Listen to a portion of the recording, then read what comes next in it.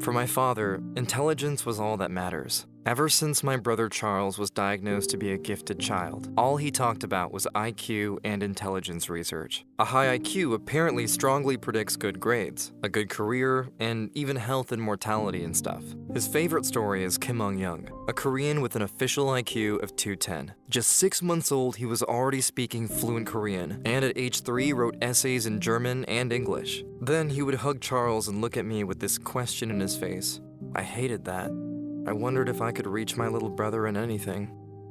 When I was young, me and my dad were best buddies. He never even cared much about IQ or G or whatever. When my brother started reading at just 2 years old, everything changed. Suddenly, I was forgotten, and soon after, I was the slow one. Once, when I got a C in math, he didn't even look at my paper and just told Charles that an ape is believed to have an IQ of 40. I hated his sarcasm.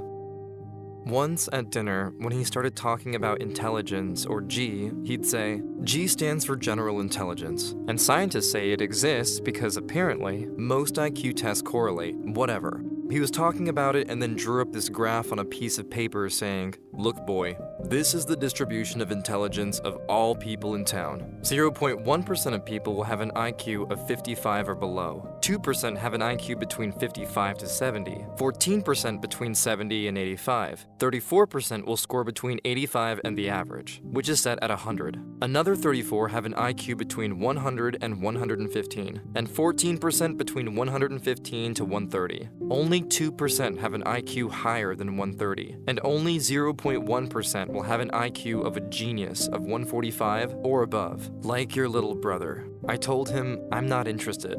I guess I shouldn't have. He exploded. Not interested? You know what this all means, boy. He turned the paper around and started all over. It means that if you take the 1,000 people, then one has some form of mental retardation, which means trouble living alone. 20 will have difficulty reading the map. 140 can perform simple tasks at work, but cannot qualify to become a soldier in the US Army. 340 probably finish high school, and another 340 will go to college. Maybe 140 can do a PhD and later work as surgeons. 20 are capable of producing a significant scientific work, and only one will make it into an Ivy League college, like MIT, where the average IQ is 145. Your little brother got an IQ higher than that. A few weeks later was career day at my school. Some people in suits showed up and told us about a new form of cognitive assessment we could be doing which would help us find the right job. The technical term is the Wechsler IQ score. When I heard the words IQ, I got completely sweaty hands. My heart started racing. This could be the moment of truth. Then one woman started speaking. She told us that we are now going to take a test, and just 1 week later, we all get the results with some specific ideas about our future career path. She said it takes only 90 minutes and measures our intelligence in the following 4 areas: perceptual reasoning, verbal comprehension, working memory, and processing speed. The assessment was voluntary, and my friend instantly stood up to leave the class, showing what he thought about this whole thing. My heart still racing, I was unsure what to do, and kept seated. Our teacher then handed out some questions. When she passed by my table, she simply said, "You're gonna do fine here." I don't think she realized this, but I was so happy to hear her say that. Maybe I'm not all that bad at these stupid IQ tests. Maybe it's a day that I can actually show my dad who I really am. What shall I do? I was so ready to show my dad that I'm no idiot. I decided to stay. I turned the first page over. It read the following: perceptual reasoning is the ability to think and reason with visual information. It is the ability to see what is being asked and to organize information in our heads through images. The first question was, when folded into a cube, which of the following corners would touch corner A? D, B, E, or C? I tried to fold the cube in my head, and yeah, it worked. It must be D. The second section was about working memory, our ability to keep several chunks of information in our mind simultaneously. One of the questions was, what is the next number in the series? 4, 12, 6, 9, 8, 6. There were 4 options: 6, 5, 10, or 12. The trick here was to put all the digits in my head and look for a pattern. 4, X, 6, X, 8, X. which means the next would be 10. The third section was verbal comprehension, which measures our ability to access vocabulary, express ourselves in a meaningful manner, and apply reasoning skills to information presented verbally. In the first question, it said, what is the difference between the words refuted and irrefutable? Do they have similar meanings, have contradicting meanings, or mean neither the same nor the opposite? They must have contradicting meanings. The fourth section was about processing speed, the pace at which we take in new information, and make sense of it in order to prepare a response. One of the questions asked was, what is the 12th letter of the alphabet? Is it T, L, R, or B? I realized I had to rule out all the options that didn't look right. Counting would have taken way too long. L is the right answer.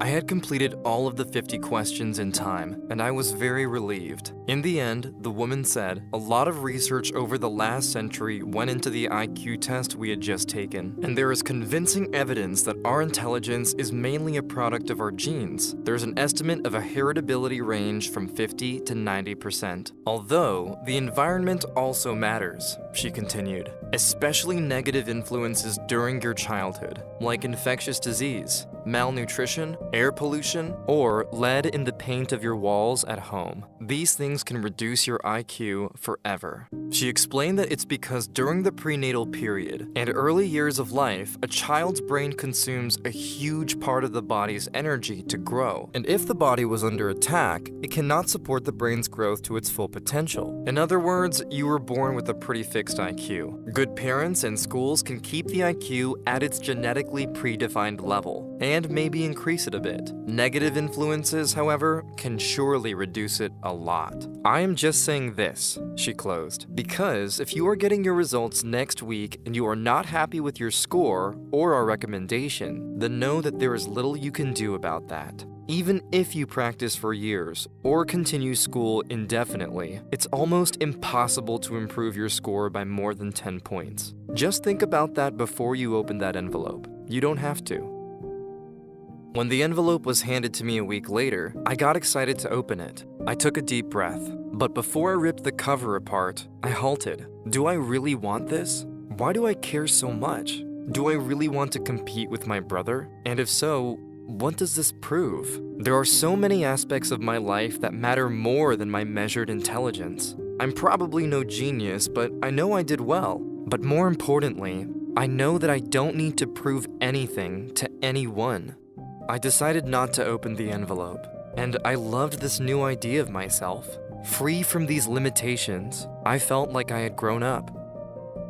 Now when I heard my father speak all proud about Charles, I just smiled. I realized that it's not that he loved him more. No, my brother just gave my dad the chance to get attention, to be someone. He's the dad of a genius, and not just another middle manager at the bank on Middle Street.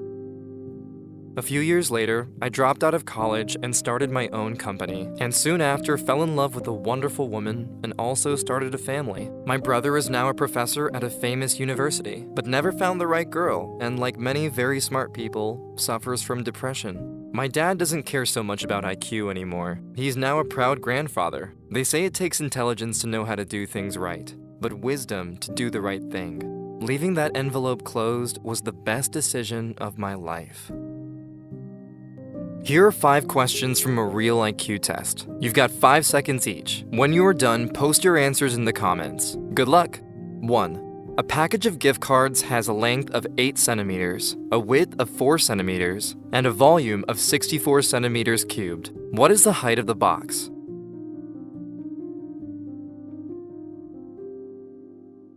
2. Some Bargles are Chongos, and some Chongos are Manhattans. Are some Bargles definitely Manhattans? Yes or no?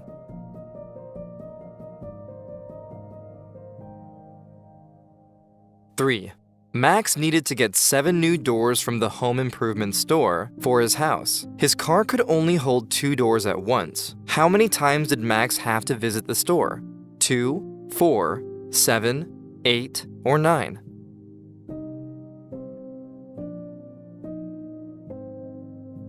4. Art is to wall as cup is to handle, coffee, cupboard, rim, nail.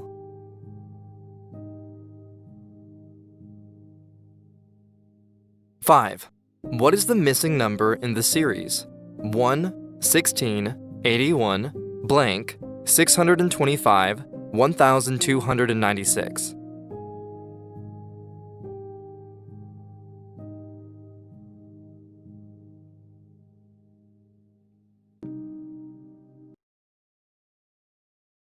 If you like this video and the way we explain the subject, subscribe to our channel. We try to explain complex subjects in simple language and cartoons to support students all around the world in their learning. If you want to support us, you can go to www.patreon.com/sprouts and donate.